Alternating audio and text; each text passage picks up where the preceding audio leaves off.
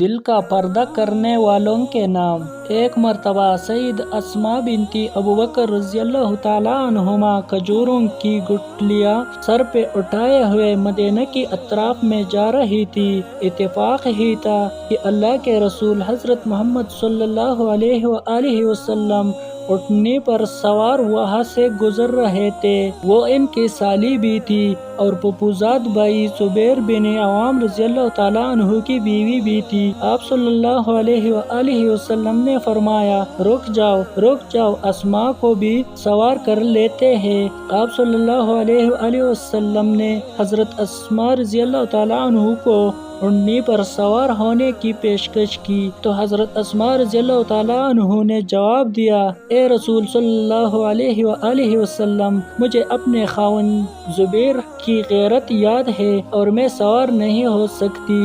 یوں آپ نے نبی کریم صلی اللہ علیہ وآلہ وسلم کے ساتھ اونٹنی پر سوار ہونے سے معذرت کی۔ اب سوال یہ پیدا ہوتا ہے کہ سیدہ اسماء نے اونٹنی پر نبی کریم صلی اللہ علیہ وآلہ وسلم کے ساتھ بیٹھنے سے انکار کیوں کیا؟ ذرا سوچئے تو اللہ کے رسول صلی اللہ علیہ وآلہ وسلم کو انکار اللہ کے رسول خود پیشکش کر رہے ہیں۔ وہ مقدس اور پاک باز ہستی، طاہر بھی اور مطہر بھی معصوم نبی، کیا سیدہ اسماء کا خاوند ناراض ہوتا کہ میری بیوی نبی کریم صلی اللہ علیہ وآلہ وسلم کے ساتھ اونٹنی پر کیوں بیٹھی؟ ہرگز نہیں، یہ کیسے ممکن ہے؟ مگر سیدہ اسماء کی غایت درجہ کی شوہر کی فرمانبرداری اور اس کے جذبات اور غیرت و عزت کا احترام تھا کہ اللہ کے رسول صلی اللہ علیہ وآلہ وسلم کے ساتھ بیٹھنے سے بھی معذرت کر دی۔ ایک ہماری آج کل کی عورتیں ہیں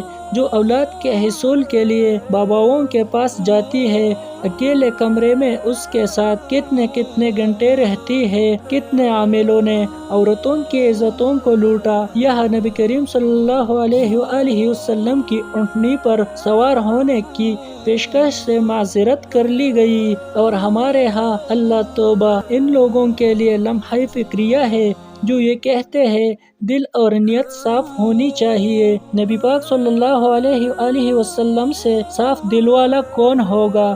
کوئی ہے تو ہمیں دکھا دے۔ حوالہ جات: بخاری شریف حدیث نمبر 5224، مسلم شریف حدیث نمبر 2182، اسد الغابات 309 صفحہ